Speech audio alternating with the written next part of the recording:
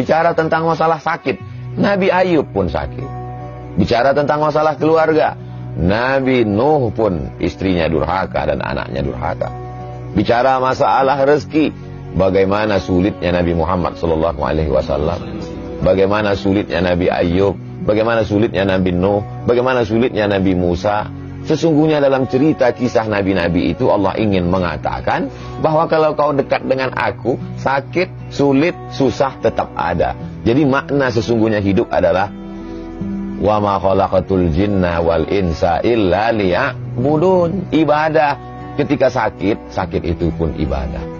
Ketika sedang morat-marit itu pun kalau karena Allah maka dia menjadi ibadah. Jangan kita pahami bahwa yang namanya ibadah itu hanya sholat tahajud, sholat witir, sholat duha. Yang namanya ibadah itu hanya baca Quran, baca tabarak, baca yasin, baca fatihah, banyak sholawat. Itulah ibadah. Tidak. Orang yang sakit pun ibadah. Bahkan ibadah yang paling tinggi bukan baca Quran, bukan jihad fisabilillah, bukan sholawat, bukan zikir. Ibadah yang paling tinggi adalah ridha menerima takdir Allah Subhanahu wa ta'ala. Ibadah yang tidak mengeluarkan suara, tidak mengeluarkan energi, tidak mengeluarkan keringat, tidak mengeluarkan darah.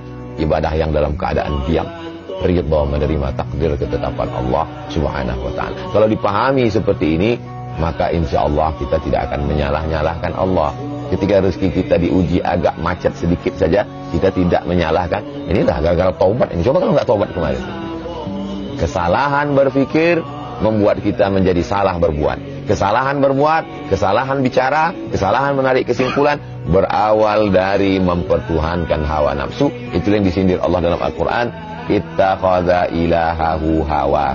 Ittakhadha menjadikan.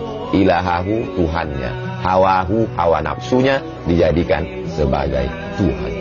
Faksusil qasasa, ceritakan tentang kisah-kisah itu. Kisah siapa? Kisah nabi-nabi itu. Supaya apa? La'allahum yatafakkarun, supaya berpikir, oh ternyata aku sekarang sedang sakit, Nabi pun ternyata juga sakit. Sekarang aku sedang agak macet sedikit rezeki, sesungguhnya supaya Allah mengajarkan bersyukur tentang lapangnya rezeki. Oh sekarang anakku ini agak sulit sedikit diatur, supaya untuk mengingatkan, supaya ada usaha dan ikhtiar doa lebih. Allah cuma ingin kita sujudnya lebih lama sedikit dari biasa. Kalau rezeki kita lancar, sujudnya mungkin tasbihnya 3 kali, 1 napas, subhanarabbil a'la wa bihamdihi, subhanarabbil a'la wa bihamdihi, subhanarabbil a'la. Dia buat kita agak sakit batuk sedikit, agak demam sedikit, agak sakit kepala sedikit. Bukan berarti kita lantas curiga ini Omikron sudah sampai.